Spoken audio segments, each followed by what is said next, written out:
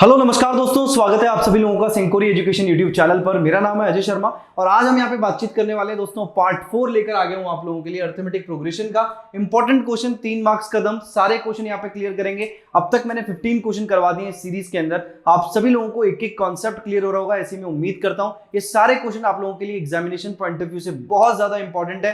तो सभी लोग एक बार जल्दी से कॉमेंट सेक्शन के अंदर, चैट बॉक्स के अंदर आग लगा दो और सारे क्वेश्चंस को क्लियर कर लो। और सभी चीजें यहां पर देखते हुए कॉपी पेन उठा के मेरे साथ के साथ सॉल्व करते जाओ, सारे कॉन्सेप्ट्स आपके क्लियर हो जाएंगे, ऐसे मैं उम्मीद करता हूं। आइए दोस्तों देखते हैं, पहले क्वेश्चन की तरफ बढ़ते हैं। आइए, सबसे पहला क्वेश्चन है हमारा अर्थमेटिक प्रोग्रेशन का। उसमें हम देखेंगे सीबीएसई टर्म टू मैथमेटिक्स हमारा टारगेट है। पहले क्वेश्चन 3 मार्क्स के लिए, यहां पर पहला क्वेश्चन आपको दिखाई दे रहा होगा। The second 31st and the last term of an AP are 7 3/4 1/2 -6.5 मतलब 6 1/2 respectively. Find the first term and the number of terms आपको पूछा गया है। ये क्वेश्चन बहुत ज्यादा इंपॉर्टेंट है दोस्तों, आपको एक एक चीज को क्लियर करना है। इसको भैया very very very important mark कर लें और सारी चीजों को लिख लें। देख लो एक बार जल्दी से फटाफट से क्या क्या इंफॉर्मेशन हमें दिया हुआ है। जब भी ऐसा कोई फ्रैक्शनल या मैं बात करूं ऐसा मिक्स फ्रैक्शन दिया हुआ होता है, बच्चे हो जाते हैं उससे कंफ्यूज। हमें कंफ्यूज नहीं होना है, हमें क्वेश्चन को करना है भैया क्लियर। पहला क्वेश्चन देखते हैं। सेकंड टर्म आपको दिया हुआ है, मान लेता हूं ये क्या है भैया, a2 है। a2 कितना दिया हुआ है भैया, 7 3/4 दिया हुआ है। a2 हमें कितना दिया हुआ है, 7 3/4 का मतलब हो गया, क्वेश्चन को ध्यानपूर्वक पढ़ लेना दोस्तों। Second 31st and the last term ये दिया हुआ है रिस्पेक्टिवली 7 3/4। 7 3/4 को भैया हम नॉर्मल फ्रैक्शन में कैसे लिखेंगे, 28 + 3 कितना हो गया, 31/4 हो जाएगा। ये मेरा क्या है, a2 का वैल्यू। आगे बात करते हैं दोस्तों, अगला है a 31st टर्म जो है आपको दिया हुआ है, वो कितना दिया हुआ है दोस्तों, 1/2 दिया हुआ है। आगे लास्ट टर्म की बात करें या फिर मैं कहूं an की बात करें या लास्ट टर्म की बात करें, वो कितना दिया हुआ है, -6.5, जिसको हम लिख सकते हैं -13/2 लिख सकते हैं। हमें फर्स्ट टर्म बताना है और साथ में क्या करना है, नंबर ऑफ टर्म्स बतानी है। ये इंफॉर्मेशन हमारे सामने है। आप सभी को पता है a2 का मतलब होता है a + d, हम उसको लिखते हैं। a31 का मतलब होता है a + 30d होता है। दो इक्वेशन और दो ही वेरिएबल है, सॉल्व कर सकते हैं। या फिर एक काम कर लीजिएगा, सेकंड में से क्या करें भैया, फर्स्ट को सब्ट्रैक्ट कर दें। अगर सेकंड इक्वेशन में से फर्स्ट को सब्ट्रैक्ट करेंगे तो क्या आएगा, देखिएगा a + d यहां पर है, सबसे पहले लिखूंगा a + 30d है और माइनस क्या हो जाएगा दोस्तों, यहां पर a + d हो जाएगा। सेम चीज यहां पर भी करने वाला हूं, 1/2 है और साथ में क्या है, -31/4 है। राइट हैंड साइड और लेफ्ट हैंड साइड दोनों में ये काम करने वाला हूं। आगे देखिएगा a + 30d होगा तो माइनस का क्या हो जाएगा, a और ये हो गया d, a से a कैंसिल आउट हुआ, 30d में से माइनस होगा तो 29d यहां पर आ जाएगा। और ये कितना वैल्यू होगा दोस्तों, 2 2 4 हुआ, माइनस यहाँ पे बात करेंगे, यहाँ पे कितना आ जाएगा दोस्तों, मेरे पास 31 आ जाएगा, वो भी किसका, माइनस का। 4 मैंने एलसीएम ले लिया है। आगे इसको सॉल्व करें, क्या बनेगा, माइनस का 29 बनेगा, डिवाइडेड बाय 4 होगा, 29 से 29 कैंसिल आउट हुआ तो d का वैल्यू सीधा सीधा मेरे पास -1/4 आ गया। d मैंने निकाल लिया। अब मेरे को क्या निकालना है, फर्स्ट टर्म निकालना है। फर्स्ट टर्म निकालने के लिए किसी भी इक्वेशन में ले जाके इसको रख दीजिएगा। a + d = कितना हो जाएगा, a + d = 31/4 है तो a + d मतलब हो गया a प्लस यहाँ पर d की बात करें -1/4 = 31/4 हो जाएगा। तो a = कितना आ जाएगा दोस्तों, a - 1/4 = 31/4। तो a = आ गया सर 31/4 + 1/4। तो यहाँ पर 4 को आप एलसीएम ले लेंगे तो हमारे सामने यहाँ पे क्या बनेगा भैया, 31 + 1 होगा, यहाँ पर 31 - 1 होगा, सॉरी, तो 31 - 1 होगा तो कितना आ जाएगा, 30 आएगा, डिवाइडेड बाय क्या आ जाएगा दोस्तों, -1 हो जाएगा तो प्लस होगा नहीं, तो ये प्लस साइन लगा लीजिएगा। तो 32 हो गया, 32 बाय कितना आ जाएगा दोस्तों, यहाँ पर 4 आ जाएगा। कैलकुलेशन का ध्यान रखना है, 4 8 जा 32, तो a का वैल्यू कितना आ गया दोस्तों, 8 आ गया। पहला यहाँ पर ऑब्जेक्टिव हमारा कंप्लीट हो गया है, फर्स्ट टर्म हमने निकाल ली, चेक कर सकते हैं आप, पहली टर्म हमने निकाल ली है। अब दोस्तों हमें पूछा गया कि नंबर ऑफ टर्म्स भी बताओ, मतलब n का वैल्यू भी बताओ। अब यूज करेंगे इस वाले को, an को, लास्ट टर्म को अब यूज करने वाले हैं। आइए दोस्तों देखते हैं an का वैल्यू कैसे फाइंड आउट करेंगे, उसके बाद आप लोगों को समझ आएगा कि ऐसे क्वेश्चंस को कैसे अटेम्प्ट किया जाता है। तो दोस्तों यहीं पर इसको सॉल्व करते हैं, आपको समझाने की कोशिश करता हूं। an = होता है हमारे सामने a + n - 1 इंटू क्या होता है दोस्तों, d होता है। an का वैल्यू कितना है, माइनस का 13/2 है, यही हमारा क्या है, लास्ट टर्म है। a का वैल्यू कितना आया, 8 आ गया, प्लस n - 1, n का वैल्यू मुझे निकालना है, इंटू d का वैल्यू था हमारे पास -1/4। सारी वैल्यूज को मैंने पुट कर दिया, आंसर निकालते हैं, -13/2 आया, 8 प्लस यहाँ पर बात करें -1/4 को मल्टीप्लाई करूंगा तो क्या बनेगा, माइनस का n/4 होगा और प्लस का क्या हो जाएगा दोस्तों, 1/4 हो जाएगा। सॉल्व करते हैं इसको। तो हमारे सामने आएगा दोस्तों -13/2 होगा सर, इक्वल टू क्या आ जाएगा 8 यहाँ पे है तो 4 8 जा 32 माइनस n+1 होगा डिवाइडेड बाय 4। हमने क्या ले लिया दोस्तों यहाँ पर एलसीएम ले लिया। सॉल्व करते जाते हैं और n का वैल्यू फाइंड आउट करते हैं। तो n का वैल्यू कितना आ जाएगा सर, n का वैल्यू आ जाएगा हमारे सामने, देखिए इसको लिख देता हूँ -13/2, 32 + 1 कितना हो गया 33 माइनस n होगा डिवाइडेड बाय 4, 2 2 जा कितना हो गया 4, 13 2 जा कितना हो गया दोस्तों 26, 33 माइनस n होगा।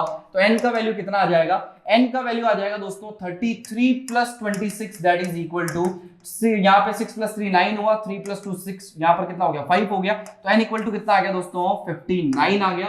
ये भी आपको क्लियर हुआ, n का वैल्यू कितना आ गया 59 आ गया। a का वैल्यू कितना आया था, a का वैल्यू 8 आया था और n का वैल्यू कितना आ गया दोस्तों यहाँ पर 59 आ गया। उम्मीद करता हूं सभी को ये समझ में आया होगा। अच्छा क्वेश्चन है, आपको पता होना चाहिए जब भी अगर फ्रैक्शन में दे तो कंफ्यूज नहीं होना है। a2 दिया हुआ है, a31 दिया हुआ है, क्या किया सेकंड इक्वेशन में से फर्स्ट को माइनस कर दिया, d का वैल्यू आ गया। यहां पर a और d का वैल्यू फाइंड आउट करने के बाद a का वैल्यू हमें मिल गया इक्वेशन से, उसके बाद n का वैल्यू निकालना था तो लास्ट टर्म दिया हुआ था उससे ये फॉर्मूला अप्लाई किया, n का वैल्यू 59 आ गया। ये मेरा आंसर होगा और ये मेरा आंसर होगा। और क्या मिल जाएगा दोस्तों, यहां से मुझे 1.5 मार्क्स मिलेगा n की वैल्यू निकालने के लिए और a की वैल्यू निकालने के लिए इस पूरे पार्ट के लिए मुझे 1.5 मार्क्स मिलेगा, मतलब 3 मार्क्स का दम 3 मार्क्स मुझे मिल जाएंगे। उम्मीद करता हूं ये क्वेश्चन आप सभी लोगों को क्लियर होगा, सभी लोगों को ये क्वेश्चन समझ में आ रहा होगा। आपको क्या करना है, तीनों इंफॉर्मेशन जो दी हुई है उसके माध्यम से इस क्वेश्चन को सॉल्व कर लेना है। n इक्वल टू 59 आएगा और a इक्वल टू क्या आ जाएगा दोस्तों 8 आ जाएगा। उम्मीद ऐसी करता हूं ये दोनों वैल्यूज आप निकाल चुके होंगे। इसका स्क्रीनशॉट ले सकते हैं, स्टेप बाय स्टेप चीजों को क्लियर कर सकते हैं। कोई डाउट लगता है तो आप मेरे से पूछ सकते हैं। आइए दोस्तों नेक्स्ट क्वेश्चन की तरफ चलते हैं, अगले क्वेश्चन की तरफ बढ़ते हैं। नेक्स्ट क्वेश्चन है हमारा, an AP consist of 50 terms of which third term is 12 and the last term is 106, find the 29 term आपसे बोला गया। एपी में क्या है दोस्तों 50 टर्म है ऐसा बोला गया है। क्वेश्चन आप देख सकते हैं और यहाँ पर चैट बॉक्स के अंदर इसका आंसर कर सकते हैं। देखो भाई पढ़ाई करना बहुत जरूरी है, पढ़ते रहना है, सारी चीजों को सॉल्व करते जाना है। कोई भी प्रॉब्लम, कोई भी डाउट, कोई भी समस्या आए तो आप मेरे से पूछ सकते हैं, आपकी पूरी मदद यहाँ पर करी जाएगी, कोई दिक्कत नहीं होगी। आपको इस बात की गारंटी मैं आप लोगों को देता हूँ। लेकिन पढ़ना पड़ेगा दोस्तों, उसका कोई शॉर्टकट नहीं है मेरे पास, आपको पढ़ना तो पड़ेगा, पढ़ाई तो आपको करनी ही पड़ेगी। ये आपका क्वेश्चन है दोस्तों, an AP consist of 50 terms of which third term is 12 and the last term is 106, find the 29 term. आपको ये बोला गया।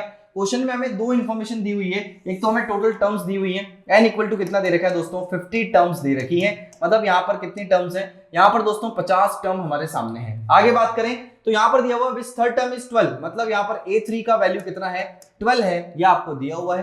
साथ में आपको बोला गया लास्ट टर्म मतलब l इक्वल टू, या मैं कहूं an इक्वल टू आपको कितना दे रखा है, यहाँ पर 106 दे रखा है। और आपसे पूछा गया a29 का वैल्यू बताओ। जो भी इंफॉर्मेशन हो उसको पहले लिख लो, हमेशा आपका क्वेश्चन सही होगा, इस बात की गारंटी है। n इक्वल टू 50 है तो क्या हो जाएगा दोस्तों a50, मतलब लास्ट टर्म इक्वल टू क्या हो जाएगा, इसी को लास्ट टर्म बोलूंगा, ये किसके बराबर होगा 106 के बराबर होगा। और इसको आप a प्लस 49d से लिख सकते हैं क्योंकि इसके अंदर टोटल 50 टर्म ही है, लास्ट टर्म हमारे सामने 106 है तो इसके बराबर मैंने इसको रख दिया। a3 का मतलब क्या हो जाएगा, a3 का मतलब हो गया सर a प्लस यहाँ पर होगा 2d हो जाएगा और इसका वैल्यू किसके बराबर है 12 के बराबर है। पहला इक्वेशन ये रहा, दूसरा इक्वेशन ये रहा। सॉल्व करते हैं इसको, क्या करूंगा दोस्तों फर्स्ट माइनस सेकंड कर देता हूं। यहां पर होगा मेरे पास a प्लस 49d आएगा, माइनस ऑफ क्या हो जाएगा a प्लस 2d हो जाएगा। इन दोनों का वैल्यू क्या होगा दोस्तों 106 माइनस क्या कर देंगे 12 कर देंगे, इसको माइनस करेंगे तो यहां से 94 आएगा। a से a कैंसिल हो जाएगा, a plus 49d minus of a minus of 2d, minus a plus a cancel, 49 में से 2d गया 47d आया इक्वल टू 94। तो यहाँ पर d इक्वल टू क्या आ गया 94 upon 47 that is equal to कितना आया दोस्तों 2 आ गया। तो d का वैल्यू कितना आ गया दोस्तों मेरे सामने 2 आ गया। यहाँ तक सभी को क्लियर है, यहाँ तक किसी को कोई डाउट या कोई भी समस्या मेरे हिसाब से नहीं होनी चाहिए। आइए दोस्तों आगे बढ़ते हैं। आगे हम बात करेंगे दोस्तों 29 टर्म हमसे पूछा, उसके लिए हमें क्या क्या चाहिए, हमें चाहिए सर a29 के लिए a प्लस 28d निकालना है हमें, तो a का वैल्यू भी चाहिए, d का वैल्यू तो आ गया। उठा के किसी भी वैल्यू के अंदर यहाँ पर क्या करें भैया a का वैल्यू रख दें, a प्लस 2d में रखता हूं, d का वैल्यू तो a का वैल्यू आ जाएगा। क्या आएगा दोस्तों हमारे सामने यहाँ पे इसको सॉल्व करते हैं। a plus 2d equal to 12 दिया हुआ है, a प्लस d का वैल्यू कितना है 2 ही है, इक्वल टू 12 है, तो a इक्वल टू कितना हो जाएगा 12 minus 4 that is equal to 8। तो a का वैल्यू यहां से भी हमें क्या मिल गया दोस्तों 8 मिल गया। एक बार a का वैल्यू आ गया तो a29 क्या आ जाएगा, a का वैल्यू है 8, यहाँ पर a है, ये a प्लस क्या होगा 28 इंटू डी का वैल्यू कितना है 2 है, 28 टू जा कितना होता है दोस्तों यहाँ पर 56 होता है, 56 प्लस 8 कितना होता है 64 होता है, तो 829 का वैल्यू कितना आ गया 64 आ गया। यही मेरा आंसर होगा। ऐसे क्वेश्चन आपको 3 मार्क्स के अंदर दोस्तों पूछे जाएंगे, स्क्रीनशॉट ले लीजिएगा, कोई समस्या हो तो पूछ सकते हैं। यहां तक मेरे हिसाब से किसी को कोई डाउट या कोई भी समस्या नहीं होनी चाहिए। अगर आपको कोई प्रॉब्लम है तो आप मेरे से पूछें। ये इसका स्क्रीनशॉट ले लें भैया, ये है सेकंड क्वेश्चन। थर्ड क्वेश्चन की बात करेंगे, थर्ड क्वेश्चन की तरफ बढ़ेंगे। उम्मीद करता हूं ये क्वेश्चन आप लोगों को समझ आया होगा, कैसे क्वेश्चन को अप्रोच करना है, कैसे क्वेश्चंस आते हैं 3 मार्क्स में, आपको ये क्लियर जरूर हो रहा होगा। आइए नेक्स्ट क्वेश्चन की तरफ बढ़ते हैं, स्क्रीनशॉट आपने लिया होगा इसका। नेक्स्ट क्वेश्चन की तरफ चलते हैं। The 8th term of an AP is half of its second term. आपको ये बोला गया भैया 8th टर्म जो है वो क्या है, आधी है। ये क्वेश्चन बड़े इंपॉर्टेंट होते हैं। 8th टर्म जो है वो क्या है दोस्तों, हाफ है किसके दोस्तों, सेकंड टर्म के। ओके कोई दिक्कत नहीं। 11th term exceed 1/3 of its 4th term by 1, तो एक्सीड कर रही है। फाइंड द 15th टर्म आपको पूछा गया। 2 इक्वेशन इसके अंदर बनेगी और वो सारी इक्वेशंस हम यहाँ पर सॉल्व करने वाले हैं। फटाफट से क्वेश्चन को वेरीफाई करता हूं और क्वेश्चन की वैल्यूज को चेक कर लेना। किसी को कोई समस्या हो तो मेरे से पूछ लेना। पहली इक्वेशन जो दी हुई है उसको सॉल्व करते हैं, उसके बाद हम आगे बढ़ेंगे। पहली जो कंडीशन दी हुई है वो हमें दी हुई है सर, यहां पर हमें यहाँ पर दिया हुआ है कि थर्ड क्वेश्चन के अंदर कि 8th टर्म जो है A8 जो है वो क्या है भैया, यहां पर half of its second term, तो A2 का क्या है वो बिल्कुल हाफ है। ये हमें पहला इक्वेशन दिया हुआ है। 2 को उधर ले जाओ भाई, तो 2 इंटू A8 हो जाएगा इक्वल टू A2 हुआ। साथ में क्या होगा 2 इंटू A8 को क्या लिख सकते हो आप A प्लस 7D लिख सकते हो, और इसको क्या लिख सकते हो आप A प्लस D लिख सकते हो। इसको सॉल्व करो, क्या बनेगा 2A प्लस 7 2 जा कितना हो गया 14D इक्वल टू क्या होगा A प्लस D हो जाएगा। अब क्या करें, A को इधर लाएं, 14D को उधर ले जाएं, या फिर D को भी इधर ले आएं, तो ये क्या बन जाएगा भैया A यहां पर होगा 2A माइनस A कितना हो जाएगा A, 14D माइनस D कितना हो जाएगा दोस्तों 13D इक्वल टू क्या आ गया 0। A प्लस 13D यहां पर हमारे सामने क्या आ गया दोस्तों, वैल्यू उसका 0 के बराबर आ गया। इस इंफॉर्मेशन से हम ये पता लगा सकते हैं। वैसे इस क्वेश्चन को डायरेक्ट भी कर सकते हैं, इस क्वेश्चन का लॉजिक अब बिल्कुल क्लियर हो गया होगा। अगला देखते हैं, and the 11th term exceed 1/3 of its 4th term by 1। अब 4th टर्म का क्या है 1/3 है, मतलब A4 बाय क्या है 3 है। ये फर्स्ट सिचुएशन है और ये क्या है दोस्तों मेरी सेकंड सिचुएशन है। अब क्या करना है भाई, 11th टर्म जो है क्या है दोस्तों, यहाँ पर 1 ज्यादा है, मतलब 1 ज्यादा है तो लिख दीजिएगा प्लस 1 है। 1 से क्या कर रहा है, एक्सीड कर रहा है। ठीक है, ये अपना क्या आ गया 11th टर्म का इक्वेशन आ गया है। यहां तक किसी को कोई समस्या मेरे हिसाब से नहीं होनी चाहिए। अगर किसी को कोई प्रॉब्लम है तो पूछ लीजिएगा। यहां तक क्लियर है। अब इसको भी सॉल्व कर लेते हैं भैया। तो A11 इक्वल टू क्या आ जाएगा हमारे सामने, माइनस ऑफ A4 बाई 3, और आगे हम बात करें यहां पर हमारे सामने होगा सर इक्वल टू 1, तो 3 ऑफ A11 यहां पर होगा, और माइनस का क्या होगा दोस्तों A4 होगा, इक्वल टू क्या डिवाइड इक्वल टू क्या आ जाएगा 3 आ जाएगा। इस इक्वेशन को मैं सॉल्व कर रहा हूं, तो 3 ऑफ A11 का मतलब हो गया 3 ऑफ A प्लस 10D होगा, और माइनस का A4 का मतलब हो गया A प्लस 3D होगा, और साथ में क्या होगा इक्वल टू 3 होगा। सॉल्व करते हैं इसको, 3A प्लस 30D होगा, और साथ में माइनस ऑफ A है, minus of 3D equal to 3 होगा। 3A में से A गया 2A बचेगा, प्लस 30D में से 3 गया 27D होगा, इक्वल टू 3 आ गया। ये एक और इक्वेशन हमारे यहाँ पर आ गई है दोस्तों, सेकंड इक्वेशन। तो जो फर्स्ट इक्वेशन हमें दी हुई थी और जो सेकंड इक्वेशन हमें दी हुई है, उन दोनों से हमने क्या कर लिया दोस्तों, यहाँ पर वैल्यू को निकाल लिया। यहां तक सभी को क्लियर है, यहां तक किसी को कोई डाउट मेरे हिसाब से नहीं होना चाहिए। सारी चीजें आपको क्लियर होनी चाहिए। कोई भी प्रॉब्लम है तो पूछ लेना भाई। यहां तक क्लियर है, कोई समस्या यहां पे नहीं है, सही है। चलो आ जाओ भाई, फर्स्ट और सेकंड को सॉल्व करते हैं। क्या करूंगा दोस्तों, यहां पर फर्स्ट और सेकंड को सॉल्व करने के लिए इस पूरी टर्म को आप क्या करें 2 से मल्टीप्लाई कर दें। पहली इक्वेशन मल्टीप्लाई बाय 2 कर दें, तो क्या बन जाएगा ये दोस्तों, ये बन जाएगा हमारे सामने 2A बनेगा, प्लस 13 2 26D होगा, इक्वल टू 0 हो जाएगा। नेक्स्ट यहाँ पे बात करेंगे, तो अगली जो है हमारी वो है 2A plus 27D equal to 3 है, और इसी को भी यहाँ पर लिख देंगे फर्स्ट इक्वेशन को, 2A प्लस क्या होगा 26D होगा, और इक्वल टू क्या आ जाएगा दोस्तों 0 आ जाएगा। Minus sign cancel out, minus sign यहाँ से क्या बचेगा केवल D, माइनस साइन तो 3 माइनस 0, यहाँ पे D का वैल्यू कितना आ गया दोस्तों 3 आ गया। एक बार D हमें मिल गया दोनों इक्वेशन को सॉल्व करने पे। इसके क्या किए दोस्तों, इसके कोफिशिएंट सेम बनाए ताकि मैं इसके साथ इसको इक्वेट करवा पाऊं, और यहाँ पर D का वैल्यू 3 आ गया, तो इसको सॉल्व करते हैं भैया। 13 3 जा 39, तो A इक्वल टू कितना हो जाएगा, A इक्वल टू सर मेरे सामने हो गया माइनस का 39। ये भी आपको क्लियर, D का वैल्यू और A का वैल्यू सभी को फाइंड आउट करना आ गया होगा। सभी लोगों को ये बात क्लियर हो रही होगी। अगर आपको कोई समस्या है तो पूछ लो, कोई दिक्कत है तो वो भी आप मेरे से पूछ सकते हो। अगला जो इसमें पार्ट पूछा गया है वो पूछा गया है दोस्तों कि अब ए और डी आ गया आपका, तो 15 टर्म आप बता दीजिए। तो आओ दोस्तों 15 टर्म में निकाल लेते हैं। ए 15 का मतलब है ए प्लस 14, डी आपसे पूछा गया। ए का वैल्यू -39 है, प्लस 14 3 कितना होता है भैया 42, तो -39 plus 42 that is equal to 3। तो ए 15 इक्वल टू कितना आ गया भैया 3 आ गया। यही हमारा फाइनल आंसर होगा।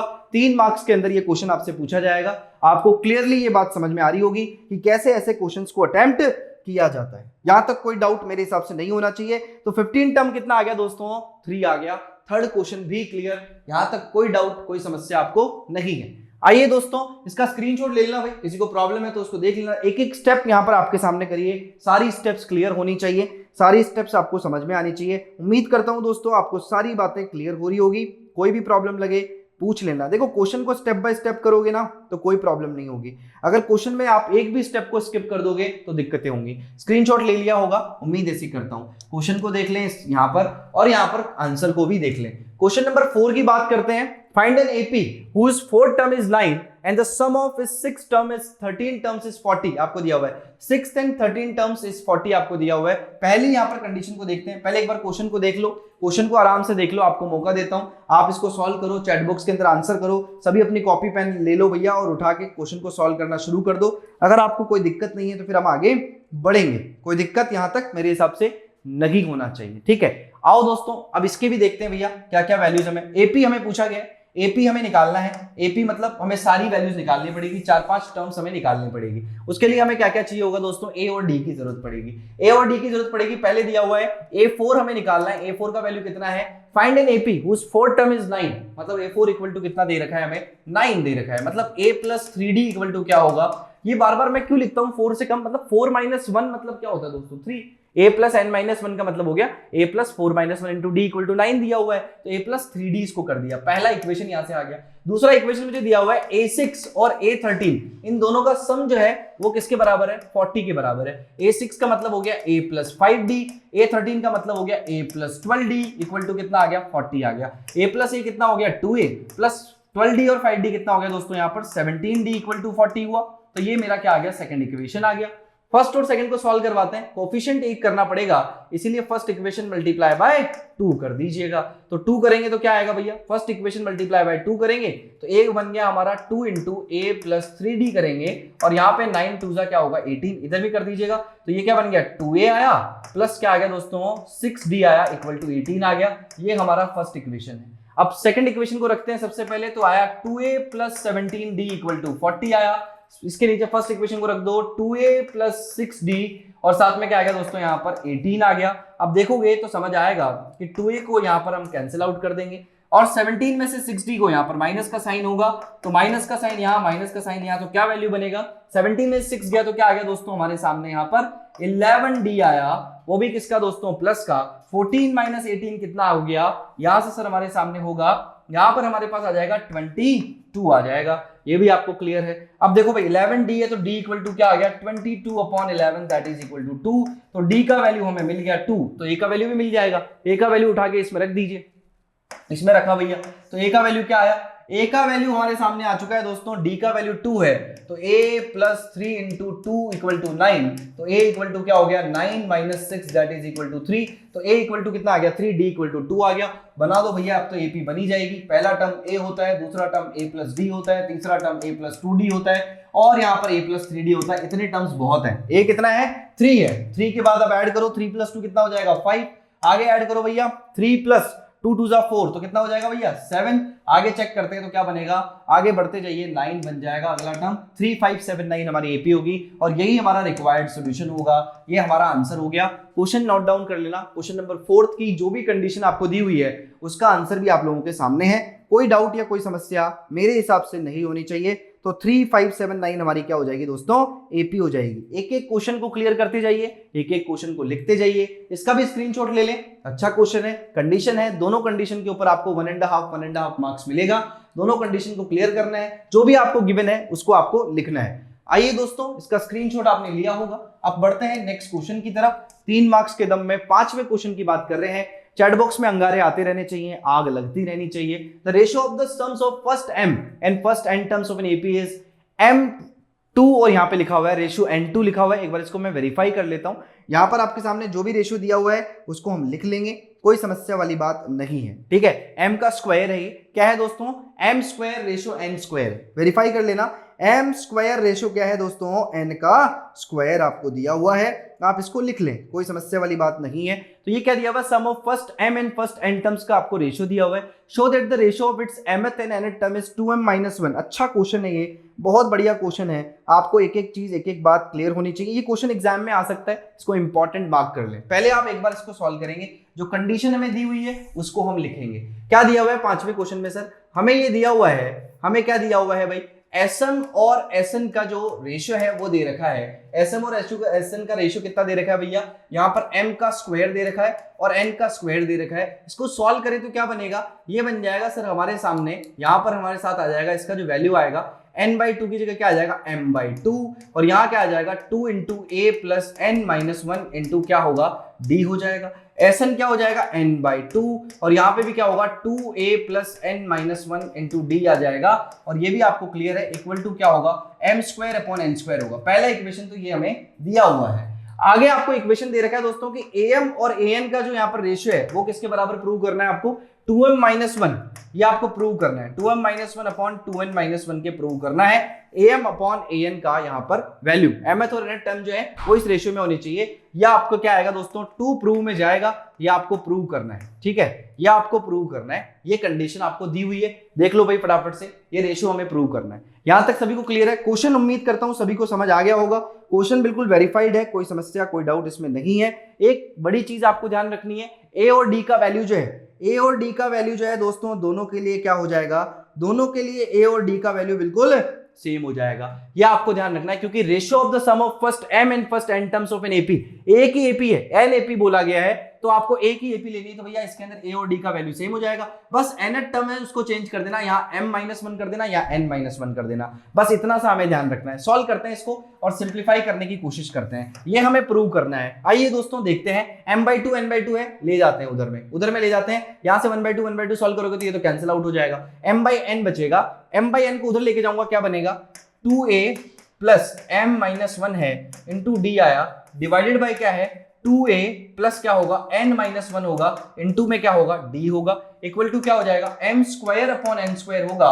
m/n उधर जाएगा, n मल्टीप्लाई में जाएगा, और m जो है वो डिवाइड में जाएगा। n से n कैंसिल, m से एक m कैंसिल, तो यहां से क्या बचेगा मेरे सामने 2a + m-1 इंटू क्या रह जाएगा d, और यहां से भी 2a + m-1 इंटू क्या रह जाएगा d। n है, ये ध्यान रखना क्या है, n है, नीचे वाला पार्ट n है, तो यहां से क्या बचेगा मेरे पास m/n बच जाएगा, ठीक है। अब आओ भैया, अब हम इसको सॉल्व करें तो आप देखेंगे कि am क्या है। इसको अगर सॉल्व करें थोड़ा सा और लिखें अगर, तो a + m-1 इंटू डी को हम क्या कहते हैं भैया am, और a + n-1 इंटू डी को क्या कहते हैं हम, यहाँ पर an। तो यहाँ पर क्या बचा 2m-1 है, और यहाँ पे क्या है 2n-1 आ रहा है। क्लियर है, यहाँ तक कोई डाउट मेरे हिसाब से नहीं होना चाहिए, यहाँ तक आपको क्लियर होना चाहिए। अब 2a का वैल्यू है और यहाँ पे भी क्या है 2a का वैल्यू है। अगर मैं इसको तोड़ दूं, a + a-1 इंटू डी कर दूं, तो यहाँ पर क्या होगा a + m-1 इंटू डी आ जाएगा, यहाँ पे भी a + n-1 इंटू डी आ जाएगा। दोनों a को मैं क्या कर लूं दोस्तों, यहाँ पर इसको तोड़ दूं, इस पार्ट के अंदर इसको लिख दूं, तो क्या ये इसके बराबर होगा। इसको हमें सॉल्व करना है। यहां तक बताओ भाई ये क्वेश्चन समझ में आया क्या, बड़ा ही इंपॉर्टेंट क्वेश्चन है, आप लोगों को जरूर से क्लियर होगा, कोई डाउट यहां तक नहीं होना चाहिए। बिल्कुल कैलकुलेशन का ध्यान रखना है। n और m को हमने सॉल्व किया है, कोई समस्या यहां तक मेरे हिसाब से नहीं आई होगी, कोई भी प्रॉब्लम आपको नहीं होगी। अगर किसी को कोई भी दिक्कत लगती है तो आप भैया मेरे से पूछ लेना, कोई समस्या आपको नहीं होगी। कोई डाउट हो तो पूछ लो, कोई समस्या हो तो वो भी आप मेरे से पूछ लेना, कोई दिक्कत वाली बात नहीं है।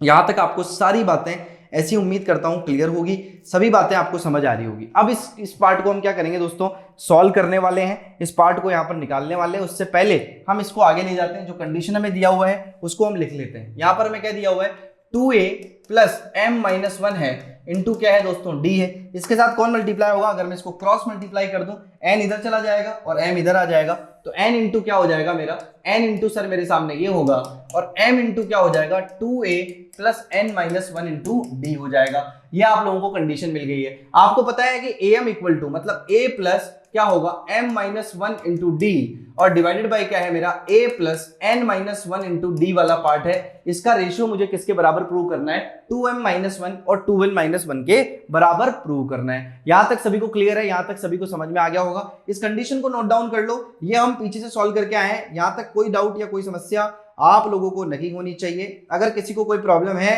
तो वो भैया मेरे से पूछ सकता है। कोई डाउट अगर आपको लगता है तो आप भैया पूछ लेना, कोई दिक्कत वाली बात नहीं है। यहां तक सभी को क्लियर है, यहां तक किसी को कोई डाउट कोई समस्या नहीं होगी, कोई प्रॉब्लम आप लोगों को नहीं होगी। ठीक है दोस्तों, यहां तक क्लियर है, यहां तक कोई डाउट आपको नहीं होगा। अब इस क्वेश्चन को सॉल्व करने का जो तरीका है वो यहाँ पे आपको समझना है, उसको आपको क्लियर करना है, उसको आपको देखना है। अगर आप देखें तो एक चीज आपको समझ आएगी कि यहाँ पर n की वैल्यू और m की वैल्यू अगर आप सॉल्व करें, अंदर में अगर इसको सॉल्व करें, पहले इसी को सॉल्व कर लेते हैं, तो यहाँ पर आपको क्लियर होगा कि n यहाँ पे क्या बन जाएगा, ये n को मल्टीप्लाई करेंगे अंदर। सबसे पहले अंदर वाला पार्ट सॉल्व कर ले। 2a प्लस क्या होगा यहाँ पर सर मेरे सामने आ जाएगा md माइनस m आएगा, और इधर में भी क्या होगा m यहाँ पर है, तो यहाँ पर क्या बन जाएगा दोस्तों मेरे सामने 2a प्लस यहाँ पर क्या आएगा nd माइनस n आ जाएगा। ये आपको क्लियर, n को मल्टीप्लाई करते हैं 2an होगा, mnd होगा माइनस mn होगा इक्वल टू m यहाँ पे है, तो ये क्या बन जाएगा मेरा 2am बन जाएगा, प्लस यहाँ पर क्या होगा दोस्तों mnd हो जाएगा माइनस mn हो जाएगा। ठीक है, अब माइनस mn कैंसिल आउट हुआ, mnd के साथ mnd कैंसिल आउट हुआ, तो यहाँ पर क्या बना 2an इक्वल टू क्या आ गया 2am आ गया। ये भी आपको क्लियर है। अगर आप इसको देखें, अगर आप इसको आइडेंटिफाई करें तो आपको एक चीज क्लियर होगी कि 2a के साथ 2a कैंसिल हुआ और m इक्वल टू क्या आ जाएगा दोस्तों n आ जाएगा। ये आपको समझ में आ रहा है। इस इक्वेशन से आप ये बता सकते हैं कि m का वैल्यू जो है वो किसके बराबर है, n के ही बराबर है। मतलब ये दोनों की दोनों वैल्यूज जो है वो बराबर आ गई। अब आप एक चीज आइडेंटिफाई कर सकते हैं, इस वैल्यू को अगर आप पुट करेंगे तो आपको समझ आएगा कि d का जो वैल्यू है दोस्तों, d का जो वैल्यू है आप वो उठा के रख सकते हैं। a का वैल्यू भी सेम है, d का वैल्यू इन टर्म्स ऑफ किस क्या निकालना है, हमें a निकालना है, तो d का वैल्यू क्या आ जाएगा यहां से, d इक्वल टू हमारा 2a आ जाएगा। क्या आ जाएगा दोस्तों 2a आ जाएगा। अगर d का वैल्यू 2a आ गया, इस वैल्यू को अगर आप m इक्वल टू n रखेंगे, यहाँ पे भी m रख दें, यहाँ पे भी n रख दें, वैल्यूज को सेम कर दे, सेम करने पे आपको क्या मिलेगा दोस्तों, a और d के बीच में रिलेशन मिलेगा। a तो कैंसिल आउट हो जाएगा, लेकिन केवल d वाला जो पार्ट है वो यहाँ पर क्या होगा दोस्तों बच जाएगा। तो d का वैल्यू क्या आएगा हमारे पास 2a आएगा। अब हमें पता है कि यहाँ हमें बोला गया है am अपॉन an जो है वो किसके बराबर आना चाहिए, 2m माइनस वन आना चाहिए, और साथ में क्या है 2n माइनस वन के रेशियो में आना चाहिए। am का वैल्यू क्या है a plus n minus one into क्या हो गया दोस्तों d, और यहाँ पे क्या होगा a प्लस क्या होगा, यहाँ पे आ जाएगा ऊपर वाले में m आएगा, नीचे वाले में n आएगा, n minus one into D होगा। अब d की वैल्यू उठा के रखता हूं मैं, कितना हो गया a प्लस क्या आ जाएगा दोस्तों, यहाँ पे आएगा m माइनस वन आएगा, साथ में क्या आएगा 2a होगा, डिवाइडेड बाई क्या हो जाएगा a plus n minus one into भी क्या हो जाएगा 2a हो जाएगा। अब 2a को मल्टीप्लाई कर दीजिए अंदर, तो a प्लस क्या बनेगा 2am बनेगा, और साथ में क्या बनेगा माइनस का 2a होगा, डिवाइडेड बाई क्या हो जाएगा a प्लस 2an होगा, और माइनस का क्या आ जाएगा 2a हो जाएगा। इसको सॉल्व करेंगे तो क्या बनेगा 2am होगा, और माइनस का क्या आ जाएगा दोस्तों a आ जाएगा, और डिवाइडेड बाय क्या होगा यहाँ पर 2an होगा, और साथ में क्या आ जाएगा माइनस का a आ जाएगा। यहां तक हम इसको सॉल्व कर सकते हैं। अब इसको अगर आगे और सॉल्व करें तो क्या बनेगा सर, इसको कॉमन ले ले भाई, a दोनों में कॉमन है, a कॉमन लिया तो क्या बना 2m माइनस वन बन गया, और नीचे से भी a को कॉमन लिया तो क्या बन गया 2n माइनस वन बन गया, a से a कैंसिल आउट हो गया। बताओ भाई am अपॉन an से शुरुआत करी थी, क्या लेफ्ट हैंड साइड के बराबर हम इसको लेकर आ गए क्या, यहीं से हम कह देंगे भैया ये क्या है हेंस प्रूव्ड हो गया। उम्मीद करता हूं किसी को कोई डाउट या कोई भी समस्या यहां पर नहीं होगी। अगर किसी को कोई दिक्कत है तो वो बिल्कुल भैया पूछ सकता है, आपकी सारी प्रॉब्लम्स का सॉल्यूशन यहां पर हो जाएगा, कोई दिक्कत आपको नहीं होगी। m और n का वैल्यू भैया ऑलमोस्ट क्या आ रहा है भैया यहाँ पर, ऑलमोस्ट क्या मतलब m इक्वल टू क्या आ रहा है दोस्तों n आ रहा है, और d इक्वल टू उससे क्या आ गया हमारे पास सामने 2a आ गया, d का वैल्यू हमने निकाल लिया, उसके बाद आपको कोई दिक्कत नहीं होगी। वापस से बता देता हूं, sm अपॉन sn का वैल्यू दिया हुआ था m square upon n square, इसको सिंप्लीफाई किया, क्रॉस मल्टीप्लाई किया, क्रॉस मल्टीप्लाई करके यहां लेकर आया, वैल्यू को देखा m इक्वल टू n आया, उससे d इक्वल टू 2a बना, और उसके बाद am अपॉन an का फॉर्मूला लगाया, और सीधा फॉर्मूला लगा के d की जगह पे 2a प्लेस किया, कैंसिल आउट हुआ सब कुछ, 2m minus one upon 2n minus one आ गया। यहां तक आपको कोई डाउट या कोई भी समस्या मेरे हिसाब से नहीं होनी चाहिए। इसका भी आप स्क्रीनशॉट ले सकते हैं। किसी को कोई प्रॉब्लम है तो कॉमेंट सेक्शन में बता सकता है, वापस से इस क्वेश्चन को ले लेंगे, लेकिन बड़ा अच्छा क्वेश्चन है, आपको प्रूव करना भी आना चाहिए, ऐसे क्वेश्चन आपको क्लियर होने चाहिए। यहां तक सभी को क्लियर है, ऐसे मैं उम्मीद करता हूं। ये थे दोस्तों आज की इस इंपॉर्टेंट क्लास के पांचों इंपॉर्टेंट क्वेश्चन। आपको जरूर से समझ आए होंगे, ऐसी मैं उम्मीद करता हूं। अगर आपको किस तरीके का कोई डाउट लगता है तो कमेंट सेक्शन आप लोगों के लिए ओपन है, पूरी टीम उसको रिव्यू करती है। सारे क्वेश्चंस में कोई भी किसी भी स्टेप में समस्या हो तो आपका रिप्लाई वहां पर किया जाएगा, डोंट वरी। बाकी आपको ये अब तक जो है टोटल 20 क्वेश्चंस कंप्लीट कर चुके हैं 3 मार्क्स के अंदर, और एपी के बाद अब हम आगे और भी टॉपिक्स को करने वाले। तो आप लोग भैया लगातार सिंकोरी एजुकेशन पे अपना बिलीव बनाए रखें। आगे आपको 3 मार्क्स 2 मार्क्स और केस स्टडी बेस्ड क्वेश्चन भी करवाएंगे, साथ में सैंपल पेपर्स भी सॉल्व होंगे। तो मिलते हैं आप लोगों से, सभी लोगों से आप बातचीत करेंगे। आप लोग होली मना चुके होंगे तो आप सभी लोगों को होली की शुभकामनाएं, और यहाँ पर एंजॉय कर चुके होंगे। तो भैया डेफिनेटली इस फेस्टिव सीजन के साथ साथ आपको पढ़ाई पर भी फोकस उतना ही रखना है, अपने आप को हेल्दी रखना है और हाइड्रेट रखना है, बिना टेंशन के लगातार पढ़ाई करनी है। मिलते हैं आप लोगों से ऐसे ही किसी और सेशन में, तब तक के लिए आप सभी का धन्यवाद। ऑल द बेस्ट दोस्तों, बाय बाय।